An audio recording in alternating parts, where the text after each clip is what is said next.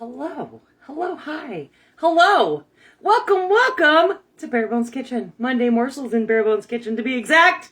I am your culinary coach, Harmony. Cheers. We're rocking that Pacifico still. It's good shit. It's good shit. How are you all doing this lovely evening? I am sorry, Instagram folks. I don't have you tonight. My internet's all crazy tonight, and I have the capacity to rock just one. All right, so we're just going to get through this. That's what we're going to do. Okay, got you. All right, so I know that despite what the Pacific Northwest weather is doing out there, since we had, a handful of days that were super beautiful and amazing, now it's back to I'm in a freaking hoodie because it's cold outside, and that's how we rock in the PNW. I know that some of you are very eager. Hello, Nick. She has a new experiment that she needs help with. I'm always down. Let's do it.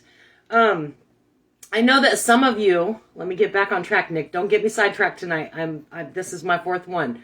So I'm very easily squirreled tonight. And plus, my lovely friend Wonderful had a little PSA for her classes, and it's got me a little mama bear. So yeah. But I'm definitely down to help you with your experiment. Okay, guys. So let me bring it back to center real quick. I think I might need another drink. Let's do this. All right. We're getting into that warm summer weather, and some people are very excited about a good marinated this and a good marinated that, or do I put a rub on this or do I put a rub on that? I don't know. Okay, I'm not an expert in this situation.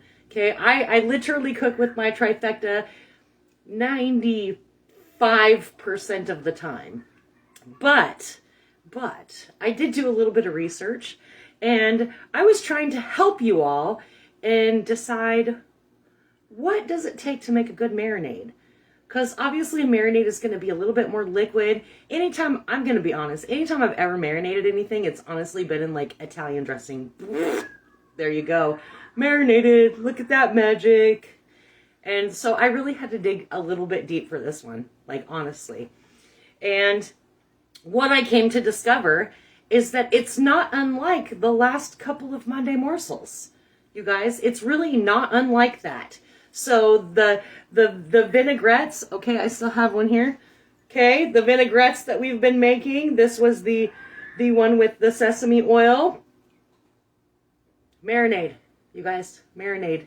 Just like that. There it is. What you really need is oil. So you got sesame oil, avocado oil, your vegetable oil, which I honestly don't recommend, but it's an oil I had in my cupboard. And then olive oil, like your oil of choice. So if you have an oil of choice, then rock your oil of choice. Hello, Wheeler, how are you? And that's going to be your base. I do not have a ratio for you, okay? But I would say if you're going to go with like the vinaigrettes that we've been doing the last couple weeks, just bump them up a little. Maybe a 3-to-1 ratio is a very good ratio, okay? Because you're covering meat. You're covering your chicken. You're covering your steaks. You're covering whatever you're covering, you're going to do that. So your oil is going to be your one ingredient, okay? I'm going to move this up so I don't get confused. Because after 4 of these and no food yet, I might get confused. Okay, so we're on a roll now. Okay, then we're going to go into your acids. So I have some teriyaki sauce. Okay. Lemon is a great acid. And what your acids are going to do, you guys, is break down the connective tissue in your meats. So it's going to make them more tender. So that's why we use the acids. And you've got liquid aminos. I do not have soy sauce, but I have liquid aminos. Similar situation. Lime juice. And then I have some Worcestershire sauce, if that's how you say it. I don't think anybody's ever actually come to like the conclusion of how you say that. how you say that word. How do you say it? I'm not really sure, but I did my best. That's all that counts in the end. Just do your best. And then we've got our oils. We've got our acids. Okay, and buttermilk is also an acid. If you're using it for like chicken, so you got like your creams, like your buttermilk, your sour cream, your yogurt. Those are also going to be acids that are going to break down some of that connective tissue of your meat, which is going to make it more tender, right? And then you have all your flavors. You've got like basil, right? Your spices and herbs. Got a little thyme. Anybody got thyme? Terrible joke. That's such a bad joke. We've got some hot sauces. So I've got a little bit of chili garlic Cholula here. I also have some chipotle, because you all know this is my jam. I love some chipotle. See, because I have two different kinds. I have the Tabasco kind and the Cholula kind. Because I love chipotle. It's good. I got some Tapatio here. I got some regular Tabasco here because I need this for my sketty. Need this one for my sketty. Got a little cock sauce. Oh wait, sriracha, sorry, cock sauce. That's just what we call it in our house. Little Dijon. So basically, whatever you are going to blend together and put your chicken, your fish, your steak, however you're going to do that, you guys, do it. You can either do it in a little bag. Okay, maybe not this little if you're feeding a Hinge family. This is the bag I have right now, so that's what you got. You got an example of a bag. You probably want like a gallon-sized bag, and then make sure you're like massaging it and flipping it over so all of that liquid gets all over whatever you are marinating. You can also marinate vegetables, you guys. Your pan, you can do it in a pan. If you don't have any Ziploc bags, do it in a pan. It's okay. Just make sure you cover it, put it in your fridge. You do not want it to get at room temperature because that is no good for your belly. I know that we go round and round with this all the time. I'm always coming back to like pooping and it's the mom in me, but I don't want you guys pooping. That means you got food poisoning, yo. We don't want that. We don't want that. So whatever you're going to marinate your food in, just put it in some sort of safe container, whether it is a Ziploc bag, whether it is a pan, make sure you cover it. Also, make sure you score your meat. You probably don't have to do that with shrimp because it's pretty small, so you don't have to do that. But score it with like either a knife or a fork. Just kind of poke some holes into it. Make sure that all of that deliciousness gets soaked up in there and can make your food taste delicious. And the next tip and trick I have for you, go for like between 20 and 30 minutes up to like 3 hours. Some people will get crazy and go a lot longer. I can personally attest to the fact that I have soaked chicken fried steak in buttermilk for far too long.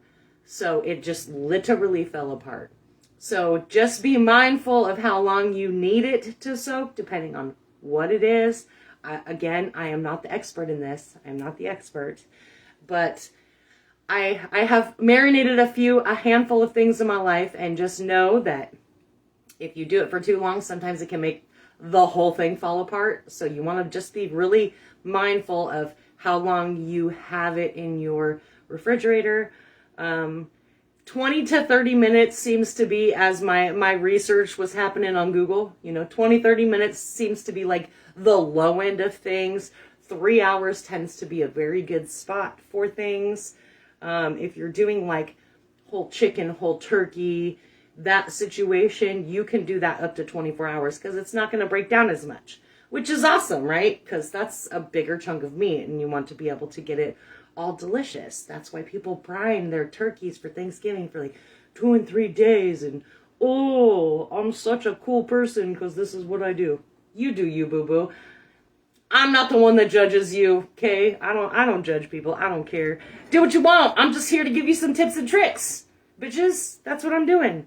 Just tips and tricks. So just make sure, above all, you have your oil. You have your oils, see?